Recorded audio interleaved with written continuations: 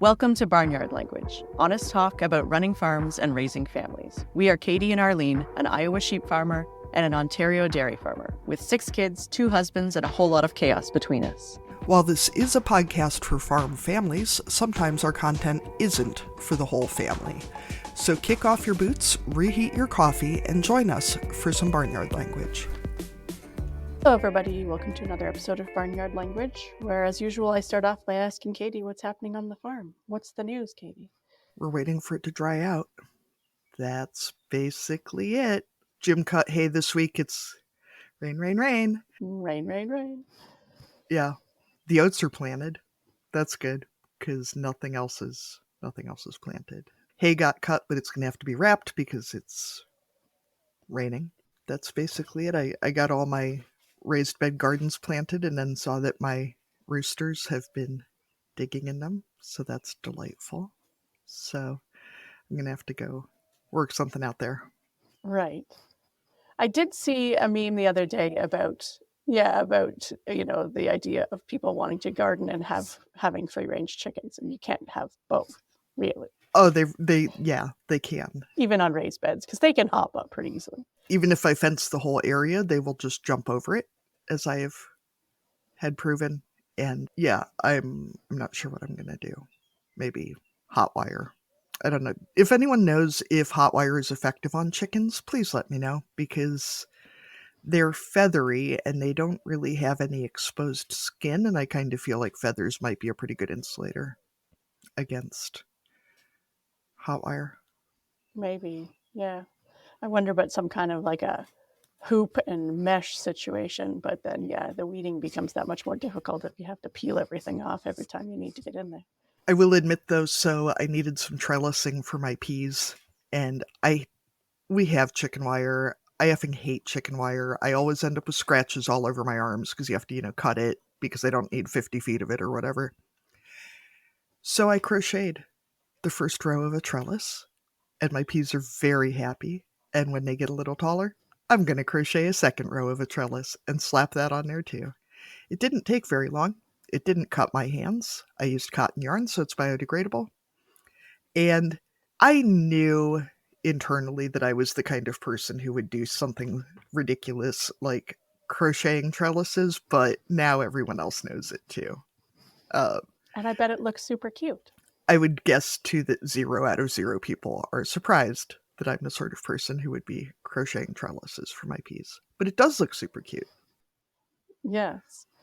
For people who aren't in on our interviews every week, usually before we interview a guest, I tell them, Caitie's not ignoring you. She's just crocheting, because Caitie's brain works best if she's got her hands busy. So she's usually looking down at her crochet project while I'm sitting and nodding at a guest. But that's one of the reasons that we don't usually put videos out of our interviews, because they don't look that great, but they sound good. That's why you listen. And who has time to watch a podcast? Yeah. Maybe I should see if I can rig up my camera to be like down at desk level so that it could... So it's looking up at your face? Yeah. Yeah, it's just straight up my nose and at my double chin. I'm sure people will enjoy that. I'm sure that'd be a great angle. They'd love an hour of that every week. Let's put that on YouTube. Mm-hmm. What's happening at your place, Arlene? Well, it's also very rainy and wet again. We did have a few days in a row of dry weather, so we were able to get some ground worked up.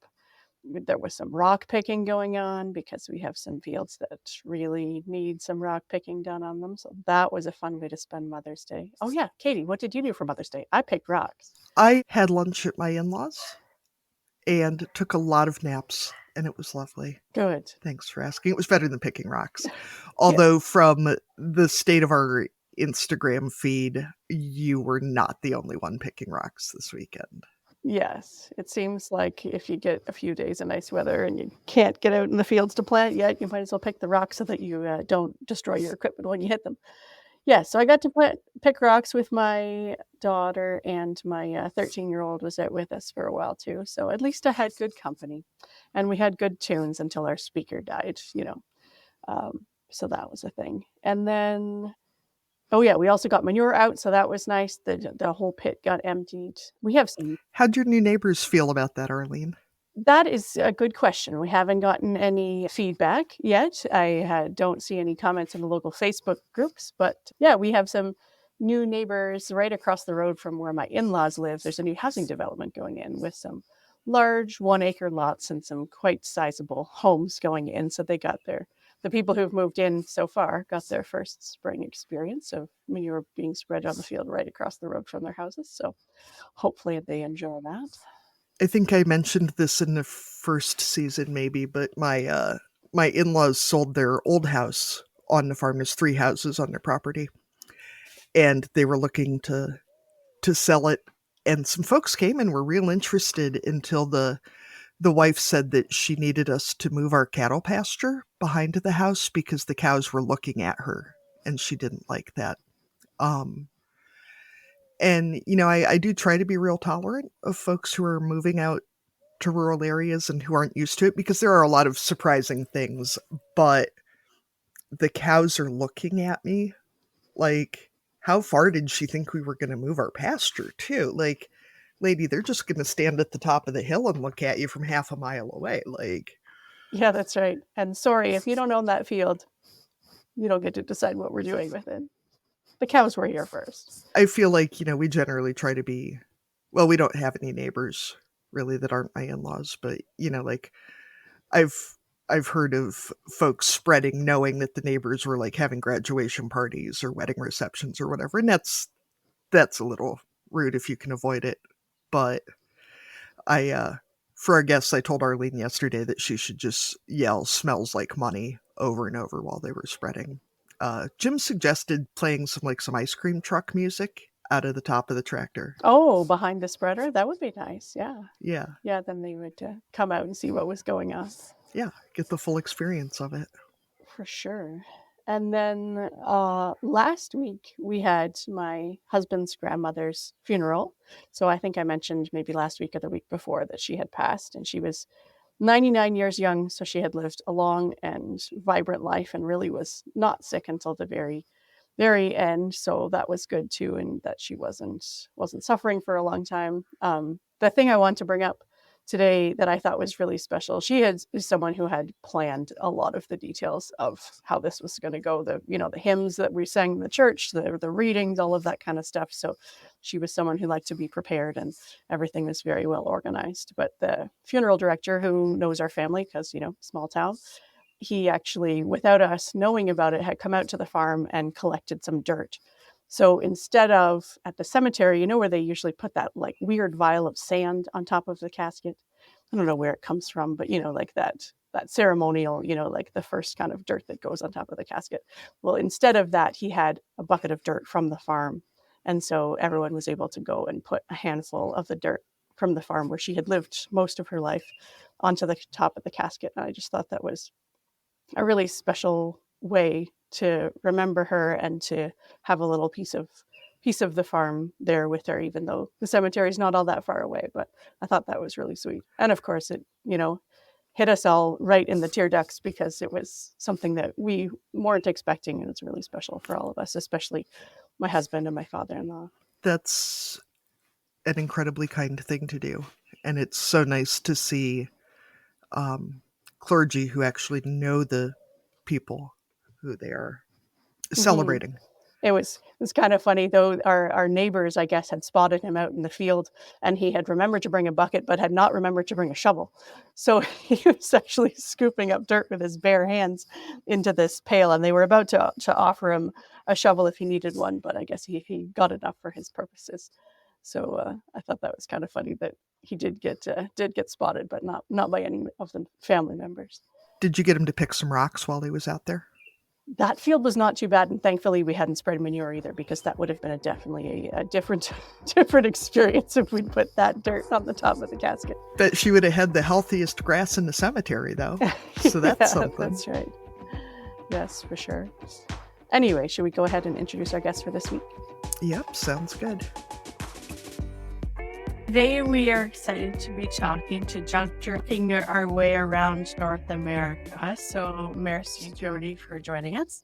And we always start each of our interviews with the exact same question. So this is your way to introduce yourself to our listeners. So we always ask, what are you growing? So that can be crops and livestock and kids and careers and all kinds of other stuff. So Jodi, what are you growing?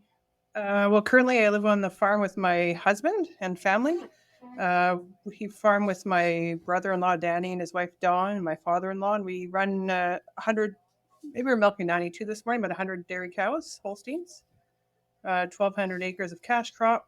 We do 9,000 maple taps as well, so maple syrup, and growing 4 kids. So 4 and 5 years are pretty close. We live on Fertile Creek, so I guess it's in the water. I also run a vet practice. I'm a part owner just at Ormstown Veterinary Hospital. We're 7 large animal vets, 4 small animal, and a bunch of techs, assistants, receptionists. So we're a big team at the vet hospital. So I grew up here in Ormstown. So that's a little bit about my day. Looking at your bio as I was prepping for this, how do you feel about giving up the Ayrshires, which are clearly the best cows, for Holsteins? I'm going to go ahead and start that battle with your in-laws. I'm just going to go there.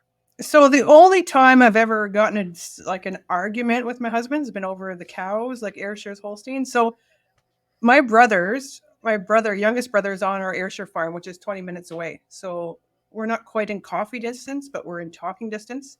And my older brother is on another dairy, organic dairy on Blanker's farm. So he's with, we're all together. And I talk to my older brother every day. And my younger brother, I think he's the only guy who doesn't have a cell phone. So I will call at lunch or at supper time or at breakfast when I can catch him, or I just stop in on the way by. So actually, the Ayrshire stayed at home with my brother.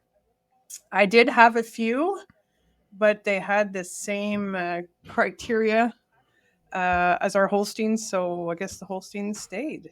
But I still have a love for the colored breeds. A good cow is a good cow. So, and I'm lucky to live here in Howick and in the Ayrshire capital of Canada and Quebec. Really good herds around, even within 5 minutes walking distance almost. So. My husband's family milked Ayrshires on this farm for about 90 years, mostly registered. And my in-laws for our engagement gifted us a heifer out of the last cows that they sold. So she's kind of the mascot of our farm. She raises an intense number of calves and is generally a huge pain in the ass, which is most of what I know about the Ayrshire breed. But, she throws good calves. She does a good job. She's pretty. So there's that. They're hardy. They came over, I'm a 6th generation. They came over and we moved in, I don't know, 6 generations ago. Our kids are 7th, but they came over in a boat from Scotland. They came into the port of Montreal and they are at the farm. So they're generational Ayrshires, just as we've had them forever. And I guess most Holstein farms here, since we're in a Scottish settlement here in Quebec, are mostly Ayrshires that have transitioned to Holsteins. All right, Arlene, now you can ask your questions.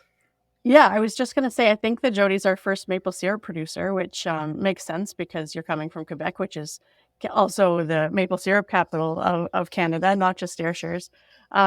So for people who aren't in the areas where they tap trees or haven't been part of the production, what does you're just at the end of maple syrup season, so you've got all the fruit of your labor, but not as much of the work at this point. Can you talk a little bit about what maple syrup season looks like for your family? I would have to say it's my father-in-law's business and it's our side hustle. I guess I'm not too involved. I'm in the cow department. I'm in the maple bush. I'm either in the tasting department, canning department, or making maple butter. But honestly, my husband and Danny, my brother-in-law, you have to tap the trees before it gets too cold, and so you just have to drill and put a tap in, and everything is, I guess, lines and vacuum lines, and everything's drawn. All the sap is drawn. I'm sure they can explain it better. But so it's pretty, you still have to go in and walk the bush and put 9,000 taps in, make sure there's no air leaks. And we just renovated, same time as we renovated the dairy barn, we renovated the maple bush. So we have a new shanty. So we have an evaporator with reverse osmosis. So it helps reduce the boiling time. But everything is done, not quite by hand, but it's the whole family gets together. maybe we're not all tapping because the kids are in school, but untapping, and we bring them in for canning, and it's a lot of fun. We have our family dinners out there on the weekend, some maple syrup, a lot of pancakes, maple syrup, but everything's done by hand. It seems like the tasting department is probably the most important job. It's the best job. Really, I mean, I feel like an argument could be made. Are you ever tasting really gross maple syrup, or is it one of those like less good to more good things rather than like... Exactly. It's like well, definitely it's an artisanal thing, but they really want to make those clear syrups. So what you buy in the grocery store that's dark, like we won't even drink that. Like that's just heavy. It's really clear. You can almost see through it.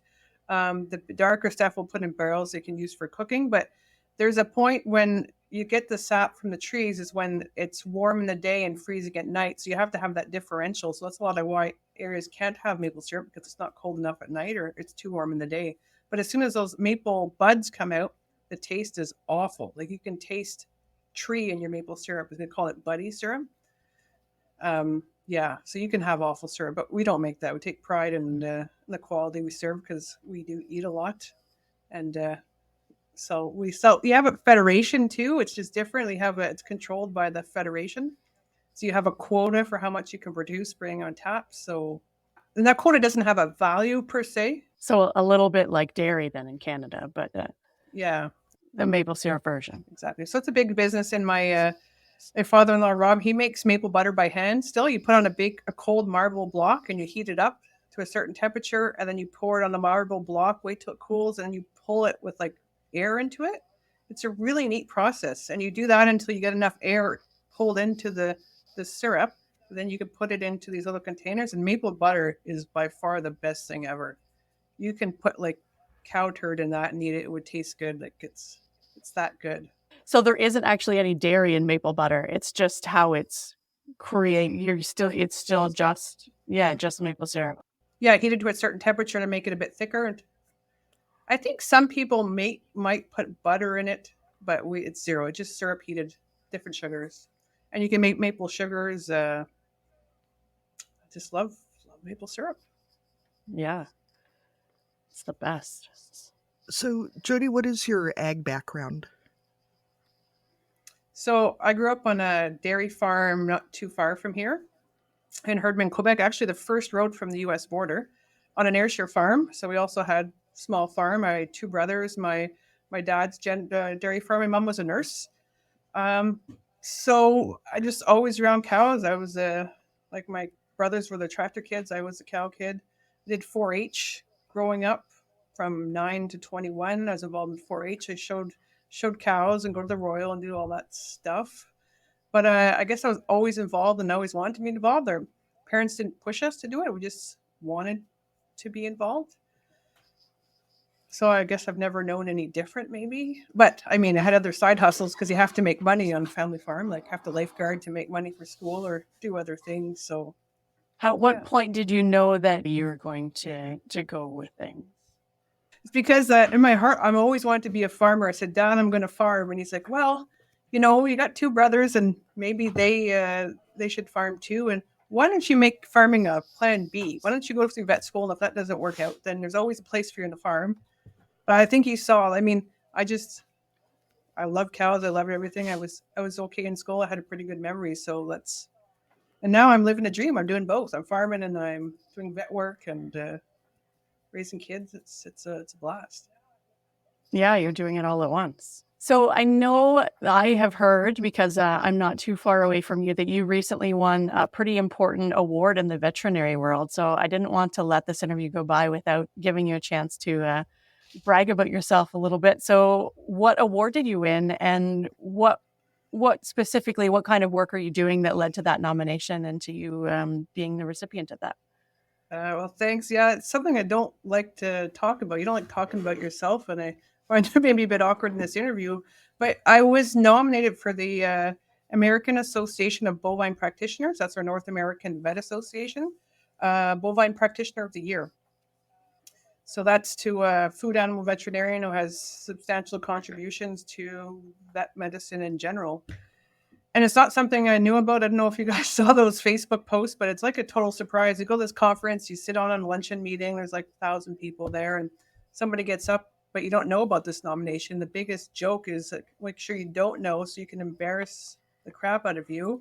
And then you don't know what to do when you're, that blank stare. So a vet, Kelly Barrett, she was actually the first woman to ever get the bovine vet of the year. And she's from Ontario. So she nominated me.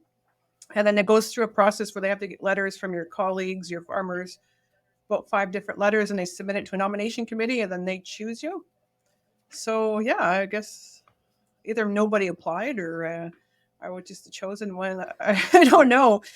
And I think it's more of my contribution to vet medicine in the sense that when I graduated vet school, I went right to Cornell and I did a milk quality consulting, and I worked there for 5 months. So when I started practice, I was already a consultant. So I did a lot of work for improving milk quality, milking procedures, and more recently, calf health.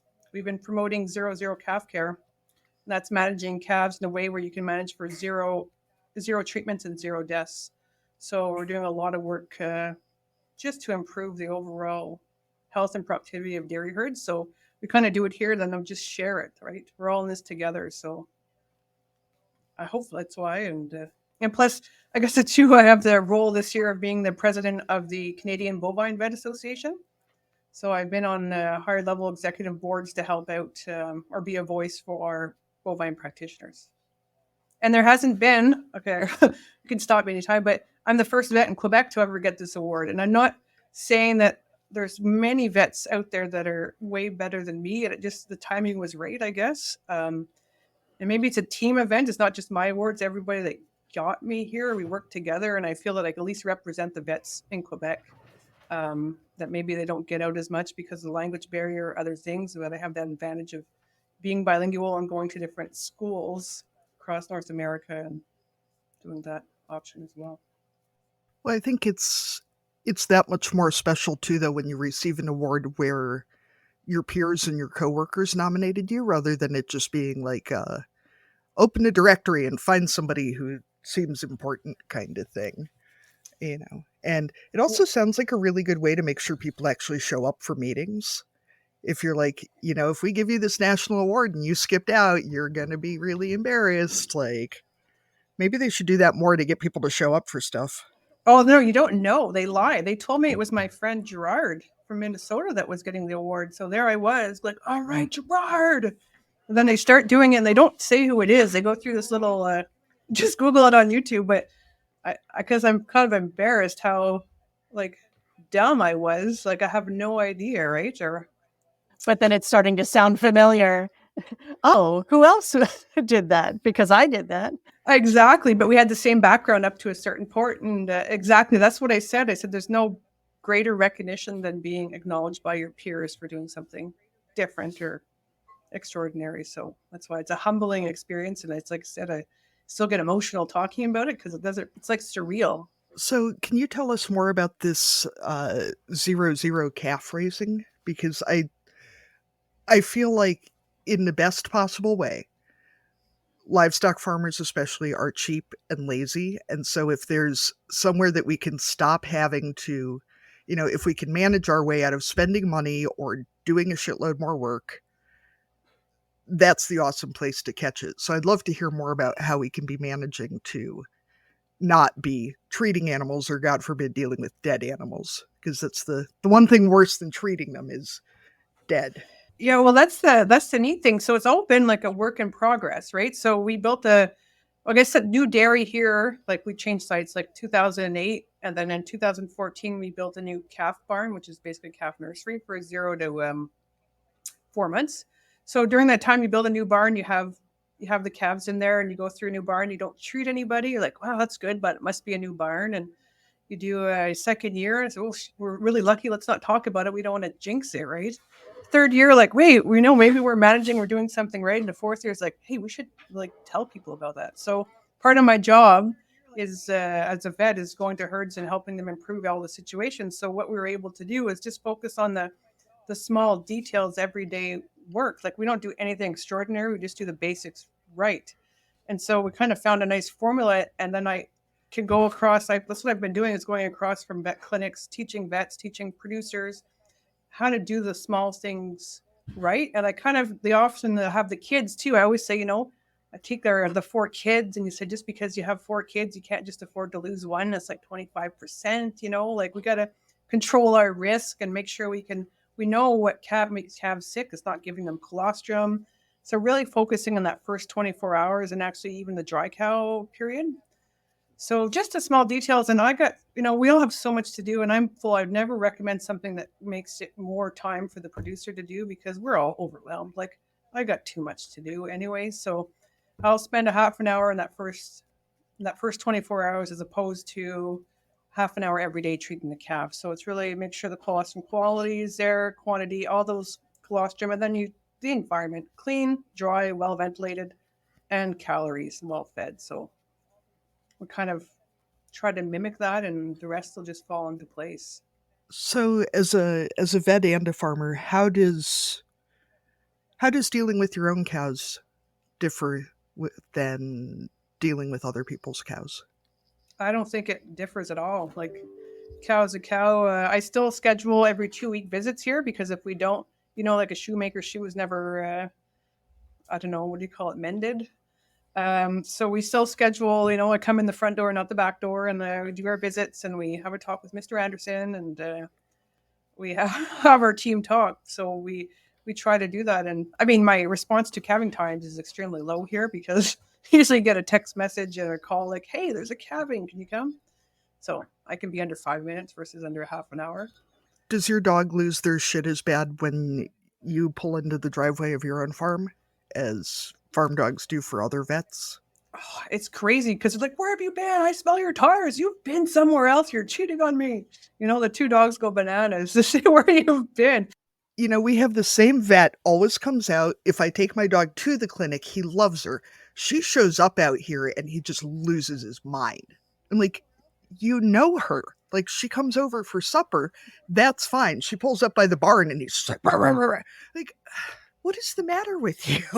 They're not the smartest. And we do small ruminant work. The dogs just love like smelling goats and sheep. Like you come in, even after you change your coveralls, they know something's up, right? So they're looking maybe that you brought a goat home for them to play with, or they're crazy. No, we have 2 dogs. One's a rescue. I was supposed to euthanize, but I brought her home, and the other one's was one of those COVID puppies from a golden retriever, so the kids could have fun. Our goal as podcasters is to create a program that makes you feel less alone as a farming, ranching, or homesteading parent, but we can't do it alone. Supporting Barnyard Language on Patreon helps us cover production costs and ensures the future of the show, but you'll also gain access to exclusive perks and behind-the-scenes content. Your support enables us to continue bringing you the thought-provoking conversations and inspiring stories week after week. So if you find value in what we're doing and want to be part of the Barnyard community, head over to patreon.com/barnyardlanguage and choose a tier that suits you.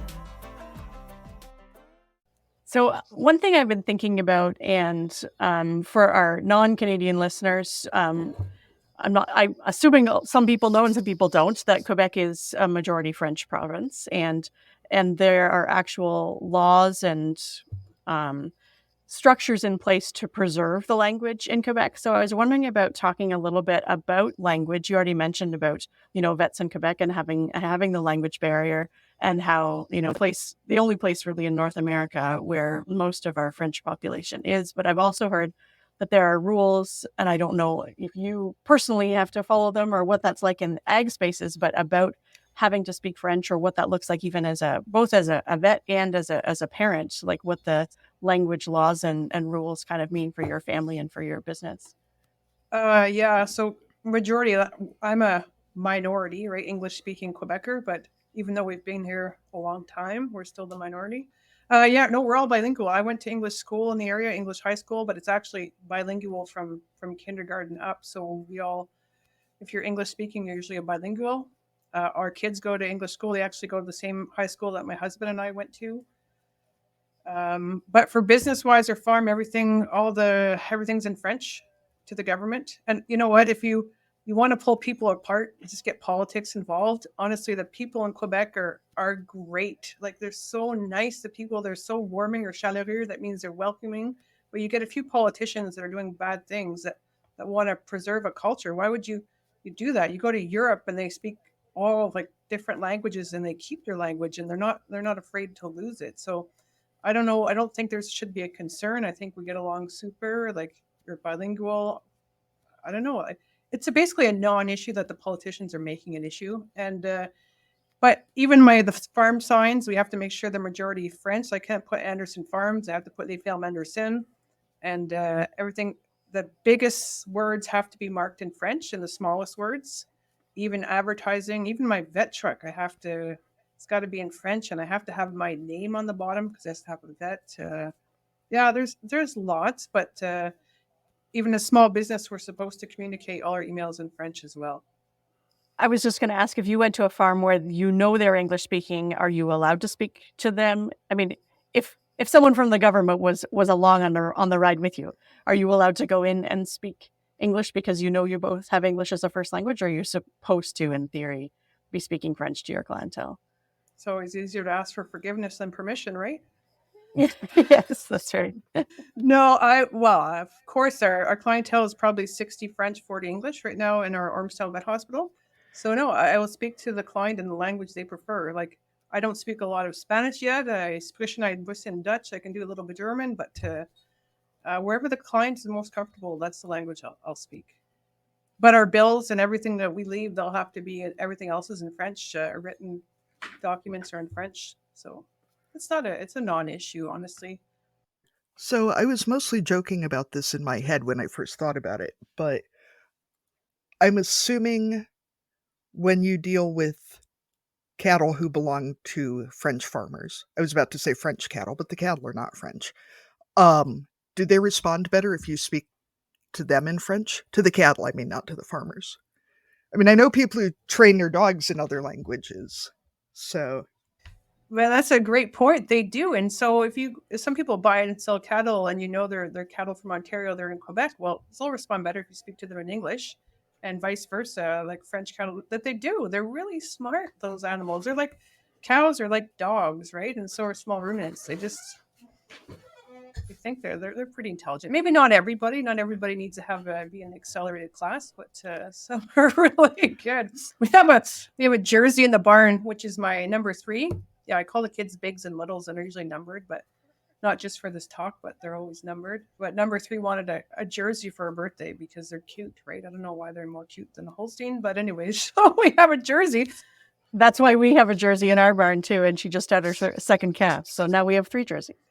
Yeah, you breed them with sex semen, they get pregnant on the first dose, so now I have 5 doses, like of the same one, and yeah. Exactly. Yeah, but you open that, you come in the barn with some visitor, and she'll come up like a dog, and she'll get through everything and come see you. Yeah, we have a freestyle parlor, so they're all running around. So I don't think I asked at the beginning. I know you said your kids are close together in age, but for our listeners, what ages of kids are we talking about when we move into our parenting questions? Well, number 1, I'm not very good at counting, so we had 4 and 5 years here.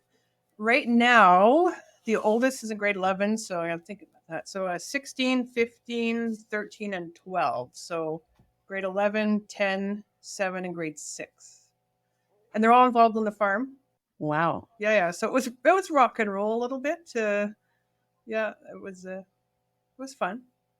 Yeah, so I guess that's the question there. So when you were having 4 kids in 5 years and were trying to run a farm and have a career, how, especially in the early years, not that it's less busy now, but it's different now, I'm sure, than it was when they were little. How did you make it work when they were young and you were having babies that close together?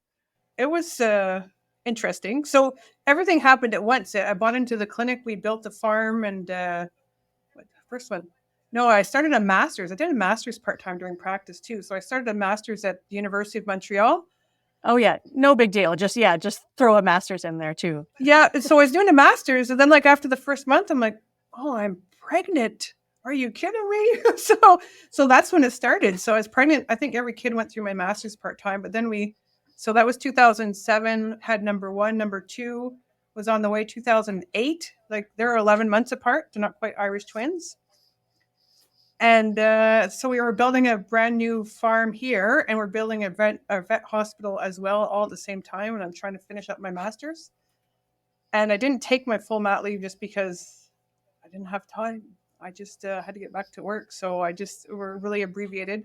So we had, and because Mark was like, we didn't have help. So basically my sister-in-law, Dawn, who works at the vet clinic too, she's in charge of our vet or large animal vets. We'd be doing chores, going to work, and then coming back and doing chores again. So and if I was on call, then I couldn't do any of that. So we got nannies or au pairs that had work travel visas. So they would come and stay with us for 6 to 9 months just to manage that off hours. Like we had daycare and we had subsidized daycare, like $7 a day daycare at the time. We're pretty lucky, but it was just the hours like during milking that it was pretty stressful. So that person would just come and make sure that, the house wasn't on fire. But we would drag them, like they came to the parlor with us. They still have their painting on the wall, while we milk cows. Like they're free range kids basically. And I'm pretty proud we got them to where they are right now.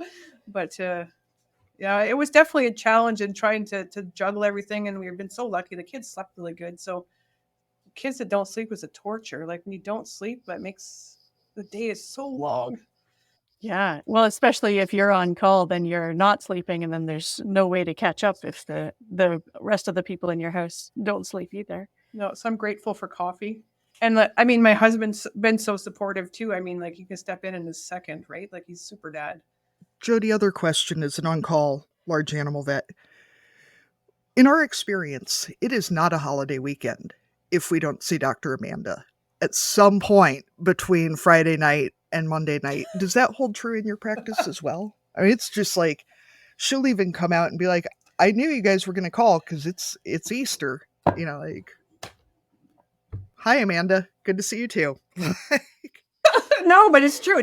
Is it a full moon though, is the other question. Because if you get those full moons. If it's a full moon, we might as well just invite her out for supper and let her stay until we need something. Because that's the running joke at the clinic. It's like, who's on call? It's full moon this weekend. And we can't wait till Monday to hear the stories for the weekend. Because there's one of us on call. Like we're a pretty good team and we just rotate. But no, it's crazy. One time at Christmas, like I often take the Christmas on calls.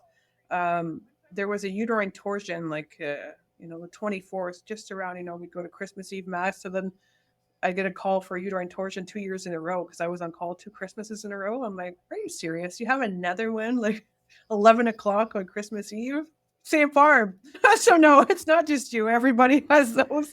And of course they feel bad, right? Like they're not calling for nothing, but they're real emergencies. So yeah, I think once something happens twice around the holidays, that becomes a tradition, right? So now, like you said, Katie, just go ahead and schedule a torsion for Christmas Eve, and that's exactly. So, Jodi, other question. We have one vet who I'm sure if I called him would come out, but he doesn't quite make eye contact with me anymore. Probably, it's been at least 5 years, I think. We had a cow go down in the pasture and he had to perform a phytotomy. Laying in the mud took almost 2 hours. I don't think he's ever going to talk to me again. Is there any way to make up with him? We love Dr. Andrew. I'm going to make sure he hears this. We miss him. We'd really like him to come back. But imagine the stories he can tell. He should be grateful. That's the stuff of that's legendary stuff. It was March. It was raining. It was so gross. And he's out there, cutting up a dead calf and pulling it out. And yeah. I've been there, done that. And I mean, it's not your fault. It's not the cow's fault. That's just the way it is. But like I said, it's stuff of legends. So I think they'd be thanking you. He can tell that story for the rest of his life. Well, in all fairness, I think that it's just even that I found out that they still call me the duck lady. And that was almost 10 years ago. So, in my defense, I had a Muscovy Drake with an eye infection and just, packed him into a big box and took him on up there. And so, if they can call me the duck lady, I can. I'm sure they fixed him up. Note to selves, getting eye ointment in a Drake every day was, the first couple days were easy because he was blind. He couldn't, it was easy to sneak up on him. But once he could see again, it was more challenging. He didn't know you were coming. Did you ever use You know, it works really good. We use a lot of bananas in practice as a positive reinforcement. It came out from an organic dairy that would use bananas to treat some diarrhea, but I use it if you're going to coax them to do something. We do weight trials on the farm, so I use a banana to get them on the scale. And after that, if you want something done, just show them a banana, like soft bananas. So For cows or for humans or for ducks? Or yes? all the above. Like I haven't tried it in a duck, but small ruminants, my calves, my cows. So is this the way to make friends with that crazy ass sheep that we're dealing with? We have some yearling ewes that are just lambing in, and Maybe. they're wound tight. They want treats, right? They work like just like dogs. They need that positive reinforcement, and I can do anything with a dog if I have liver treats in my hand. But after that, they don't they don't care. Well, that's good to know. Bananas. That's the secret. So, like I said, life was probably crazy busy when they were little, but now I imagine for tweens and teens, it's a new level of crazy. So now I'm guessing you don't have an au pair anymore, but how do you make it work now? You don't have any, do you have one driver or still no drivers yet? Because that does sometimes alleviate a little. Yeah, so no drivers, but lots of plans. It's crazy. I have a bunch of little athletes, right? They're all in hockey. I should say too, I volunteer a lot at the high school because I'm a coach for field hockey because I played field hockey and my daughters are playing field hockey now. And I coach for basketball. Well, I did just not this year. And they all play hockey and they all play like two sports and double letters. So this year I'd have to say is probably the least I've done for chore wise in the morning or at night because I'm on the road. And we're short of help. We just got to, so you're basically relying on your good friends, your neighbors, your family. You try to shove them in with people you don't know because they're often on Monday nights. They're in 3 different towns for practice at 3 different times. You just can't do it all. So I don't know. We'll just do what we can. And if they miss a game, it's not the end, or practice, not the end of the world. We try, but we really do have a really good community around us to do that. And then now they're like, oh, I want to go to my friend's house and that. I'm like, well, take your bicycle. They're like, wow, it's like a 30-kilometer bike ride, Ma. I'm like, oh yeah, I forgot to. And we won't get them scooters. I don't believe in scooters. I think those are dangerous. So we just drive. We're just taxi parents, right? And but they're good kids. They're nothing to say. Yeah. Our teenagers have a lot of plans for people who don't have vehicles or driver's licenses yet. And do they tell you? Because they show up like, oh, I told you I wanted to go to so-and-so's house. I'm like, nope, I don't know. It's not on the calendar. We have a family calendar. Yes, if it's not on the calendar, it does not exist. Put it on there. I know, Jodi, my kids are close in age too, but they're only 6 and 7. But we'll pick them up from daycare or from school or whatever, and they'll say, oh, we're going to so-and-so's house tonight. So-and-so's coming over tonight. And I'm like, are they? Are they though? And there's times that they have actually just come on over because we're friends with the parents. And I'm like, just, why not? Come on over. But, I love that they just feel fine about going ahead and making these plans for us without any adult input. So, babies. Yeah, they don't need us.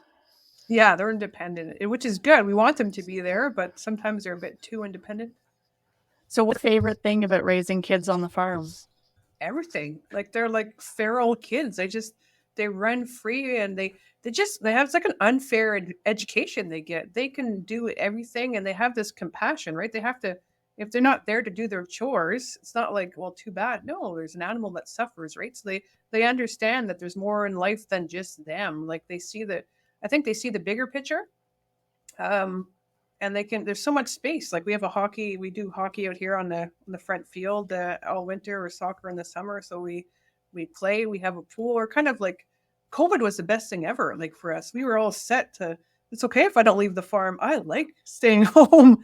I do like chores and work and, works like my vet work is kind of like my time away, which is like my break, and they come back and work. It's good. But no, they have it's a great thing. And I just realized last weekend that they'd never even been on like public transport, like a metro.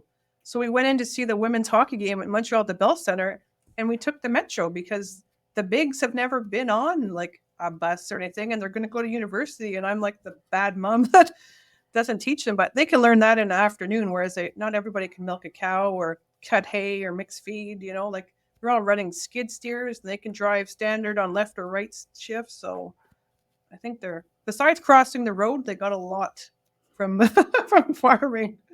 Yeah, that's true. I know my daughter went to the same university that you and I went to, and she sent me a video in their first week during Frosh Week, and she said the Aggies are learning to ride the bus, and she did like kind of panned the crowd, and a whole bunch of them had piled onto a bus and were figuring out how to take public transit because all the farm kids had come to the not medium-sized city, not even a big city. There's no subway or anything, but yeah, they were figuring out public transit. But yeah, it's true. They have a lot of other skills that other people don't get to learn in their childhoods, for sure.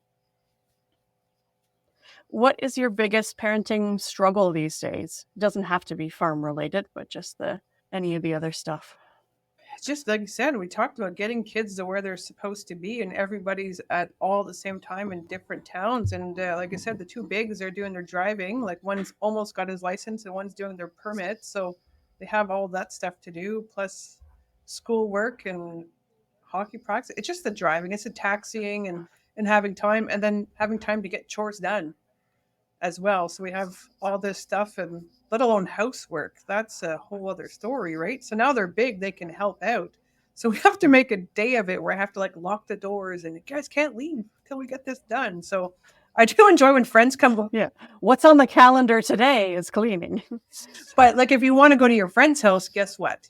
We have to do the basics here, guys. So no, it's nothing big. Like there's usually small kids, small problems, big kid, big problems, but we haven't really hit big problems yet. I mean, logistics, we can work that out. And like I said, if they're late for something, it's not an emergency, right? Nobody's going to die. So I guess I don't stress about it. And you house kids in university. That's a whole different ballgame. It is definitely a different ballgame. As we're recording, she just finished her last exam yesterday. And so it was you have 24 hours to move out of residence. So yeah, it's been a learning curve for her and for us. So we're looking forward to her being back for the summer. Not just because we want her to come back and do chores, but we miss her too. But yeah, it's definitely a whole different world. What percentage of it is that she's good help, Arlene? Is it like 70% want her to do chores? Or like... No, I wouldn't say it's that high, but she has said that she's going to take some of my morning milking. So, I mean, like that gives her some bonus points for sure. But will you sleep in? Can you sleep in, Arlene? I think I can. I'll be dedicated if I work hard at it. Yeah, on my days off, I do manage to sleep in. So, but I've also got kids. The rest of the Risa, they sleep in. It's not like it used to be where someone was always up super early and I had to get up with them. So, yeah, it's I can manage. I think, Arlene, too, in the college's defense, most kids are not working on bringing a cow home from college with them either. So I feel like in the move out process, that's Yes, that's true. She's got a new jersey. She got a jersey at Guelph? Well, she's borrowing another jersey for 4-H this year. So this one we're not supposed to buy at the end of the season. That was what was promised to me anyway. But it comes from the Guelph area. Wasn't that what was promised with the last one? Yes, that is true. So it comes from the Guelph area. It comes to live at our place for the summer. And then when she goes back to school in the fall, it'll move back to the Guelph area. And then she can train it to prepare for the Royal Winter Fair in November. So it means that she can continue to train while she through the fall months. So that's the plan anyway. So you're going up with a cattle trailer to move her out and move that heifer out too. And there's a cow show in there too. Yeah. So yeah, move out today, and then she's doing a showmanship class tonight, and then showing jerseys tomorrow, and then they'll come home with the trailer and all of her stuff wrapped in garbage bags, so everything doesn't smell like cows when we bring it back into the house. It's a classic move in the cattle trailer. I think I've moved every time in the cattle trailer. Yeah. Why would you rent a U-Haul when you've already got something, right? You just have to hope your stuff doesn't all smell too much. You can air it out when you get it there. Katie, do you want to ask our county fair question?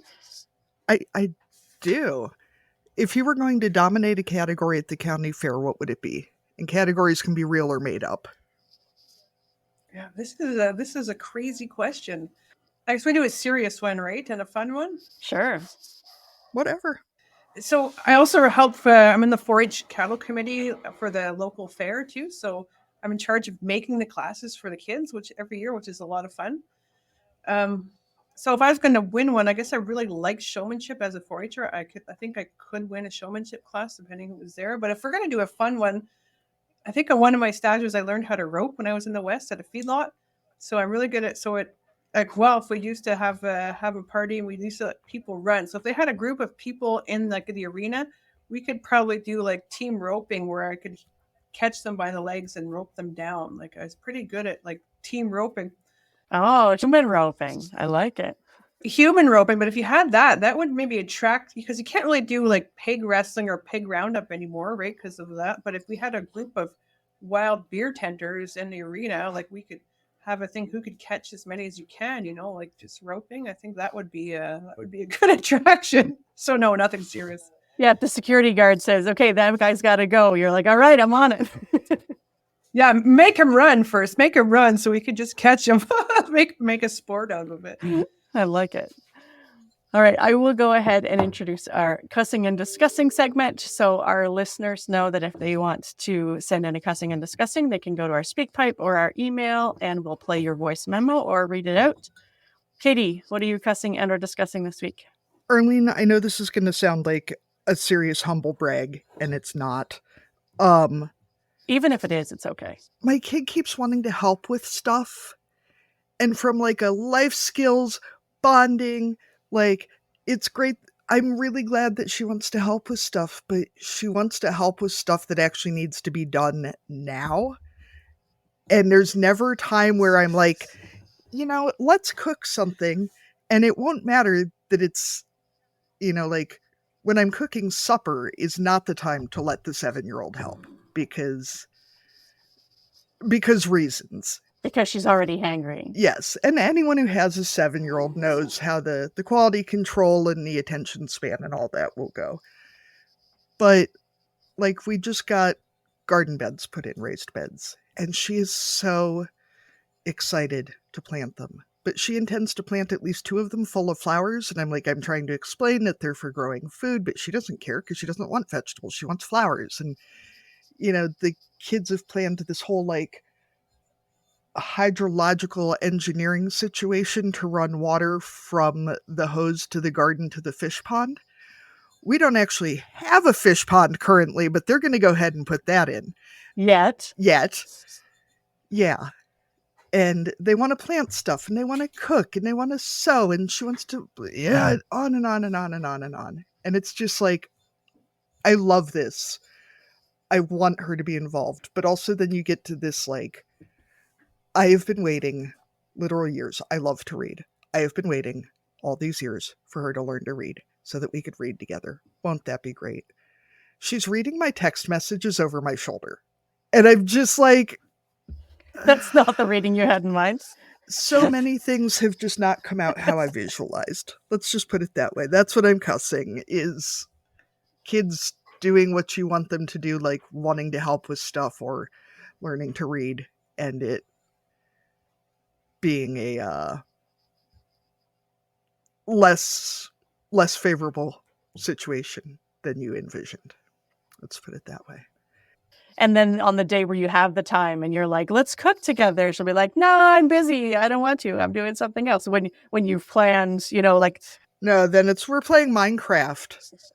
Yeah, that's right. You've planned a meal that's like perfect. This has steps that she can help with. No, I don't want to do it on that day. Yeah. Tomorrow when people are coming over and you don't have time. Yep. Tonight when you have 8 minutes to get supper on the table before somebody loses it. That's when I want to help. All right, Jodi, what do you have to cuss and discuss? Well, I feel for you for what you just said because it happens all the time. It's but we're pretty lucky that they want to be involved and just do what we do. So, cuss and discuss. You know what? As a volunteer, and I volunteer at a lot of places, one of my pet peeves is that the people that complain. So I'm coaching high school level, say field hockey or basketball, or you're doing a 4-H show and somebody's complaining, somebody's yelling, you like, little Joey's not playing or Kate's not playing or something, like just complain in their 4-H that so-and-so didn't get the right ribbon, like it messed up. I'm like, okay, sorry, we'll just change it. But those people are the first ones to complain and cause a big show. And those are the ones that never volunteer. So sometimes it just gets, you put so much time and effort into doing stuff for the community and other people. And sometimes you just have to remind you that you can't let like those squeaky wheels ruin it for everybody. And it's hard just to hold your tongue sometimes and walk away. But you have to remember why you're doing it. I'm doing it for the kids and for other, for everyone else or for the whole community. So sometimes I get a bit annoyed when people yell at me. Well, and especially, I mean, to put, to add to it, I mean, like just from this interview today, it's clear that you have a lot on your plate. So you're not doing it just because you've got lots of spare time. You're doing it because you feel like you have something to contribute and you want to help. So it's especially annoying when someone who maybe has no skills or doesn't think they have the time, but has lots of opinions that they want to share with you in a rude way. But yeah, when you're already giving of your limited time, and then to have someone badmouth you or give you attitude is probably especially insulting. So it's not real serious, but it's just a pet peeve. Yeah, for sure. I get it. Arlene, what do you have to cuss and discuss? So that actually leads well into what I was thinking about, because it's I want to give some credit to some people, because our little small town school put on their first musical this year, and it was last week, and they did 4 shows and 3 of them were sold out. The one, 1:00 in the afternoon on a weekday wasn't quite sold out, but it was still a really good crowd. And it was just incredible. And I'm looking at all these kids like singing and dancing and wearing costumes that someone had to either create or find or borrow or whatever. And I can't even imagine. Well, I can't imagine, but like, I'm sure I don't even know the half of how much work the teachers and staff and volunteers put into putting this show on. And it was just incredible that there are people out there who are willing to do that for kids, and you could see how much they loved it. Like, this was kids from ages of about 8 to 13, and they put on a full musical, and there were costume changes and like on and off the stage, and it was just so impressive seeing all these kids really have fun up there and perform in front of people. And those are skills and an experience that I think that they're always going to kind of take with them. And I think that, obviously I think sports are important for teamwork and all those types of things, but there is just something about kids, especially of different ages and boys and girls working together, like there was just something about that dynamic in a big musical production like that was really impressive to watch. And I just commend the teachers and the staff that put that on, because I'm sure it was a ton of work. Even just getting everyone on and off the stage at the right time and saying all those lines, like no, never mind the dance moves and, the fact that you could hear them, they had all the tech stuff and the lighting and everything. Yeah, there's just so many elements that had to come together for that to happen. So I was very impressed. So maybe none of the teachers will ever hear this, but I just want to say that I love teachers who are willing to put their energy and enthusiasm into something like that for the kids, because it was fantastic to watch. Made me cry a little bit, but also smile a lot too. But those are essential life skills. Like, we just had that too at our elementary school where they had Beauty and the Beast, and it was like a musical. Those kids had to get up and sing. Like, number 4 he was Gaston and he had to sing. I'm like, you sing? Like, really? And they all did a fantastic, right? Yeah, my 13-year-old was the one who was in it. So he's my number 3. And he came home and said he'd auditioned. And he's the kid who rarely tells us anything about what's going on in school. If you ask specific questions, or it's like, I need you to tell me one thing about your day, he'll come up with something, but he's not a big details guy. But he comes home one day, he's like, I tried out for the play. The teacher says I have a good singing voice. And I'm like, really? I've never heard it, but I'm excited to come and see you. So he had like 3 different parts and was apparently the understudy for 2 of the main characters. He didn't no one got sick, so he didn't actually have to do it, but he was learning all these lines, and I did zero. I did nothing to help because he never asked, and I just assumed that if he will ask if he needs assistance with things. So, and yeah, he nailed it. He knew every line. He had every move. He was a backup dancer. I was like, who is this child? Where did he come from? You wouldn't know he had those skills if they didn't have that at school, right? So that's why, like, yeah, exactly. I do commend the volunteers. Like I said, it's months of work, and they all have to memorize the whole play. It's amazing. Mm-hmm. Yeah, it was very cool. what I don't think they teach in school enough is what they're teaching these kids is that you have to get comfortable being uncomfortable. Like nobody wants to go on stage and talk, and once you get used to not being comfortable, that's where you grow, right? So I tell the kids, I don't care if you're scared, do it scared, but you can do it. And once they do it, then they can do anything, right? Yeah, that's right. Arlene, I think it's a real compliment to your parenting too that your 13-year-old son, who I feel like 13-year-old boys are not known for outgoing flexibility usually, and that he was apparently happily willing to try something new and to just go do it, knowing that there was some risk of being ridiculous or, however you want to put that. And I don't like to be too gendered about things, but I was impressed with the number of boys in it too, because sometimes those types of productions, you end up having a whole lot of girls and then they, have to fill in the roles with a few reluctant boys. But it was a good balance of both. And I feel like this particular child has some really good peer pressure. He's got a friends who are girls and they're right into theater, and so they were trying out, and so they gave him the kind of peer pressure that I love, where they were pushing him a little bit too. So peer pressure is not always bad. So thank you, Jodi, so much for joining us on the podcast today. If people want to look you up online or contact you about calf care, any of that kind of stuff, or find out more about your award, where should they find you and your vet clinic or your farm online? They can find me all social media, Instagram, jwalla02, vet clinic too. We're on I'm saying the French one, sorry. The Ormstown Veterinary Hospital, or Hôpital Vétérinaire Ormstown. Farm, we don't have a website. We just farm. But any of those social media, Instagram, Twitter. Oh, actually, no, I don't use Twitter anymore. That is great. Thank you so much. It was great to be able to talk to you today. Yeah, thanks for coming on, Jodi.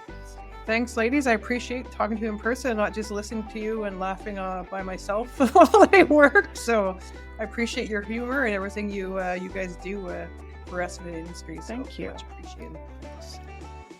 Thank you for joining us on Barnyard Language. If you enjoyed the show, please support us on Patreon with a donation.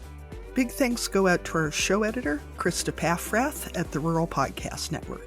Please rate and review the podcast wherever you listen and follow the show so you never miss an episode. If you want to connect with other farming families, join the private Barnyard Language Facebook group. We are always in search of future guests for the podcast. If you or someone you know would like to chat with us, get in touch.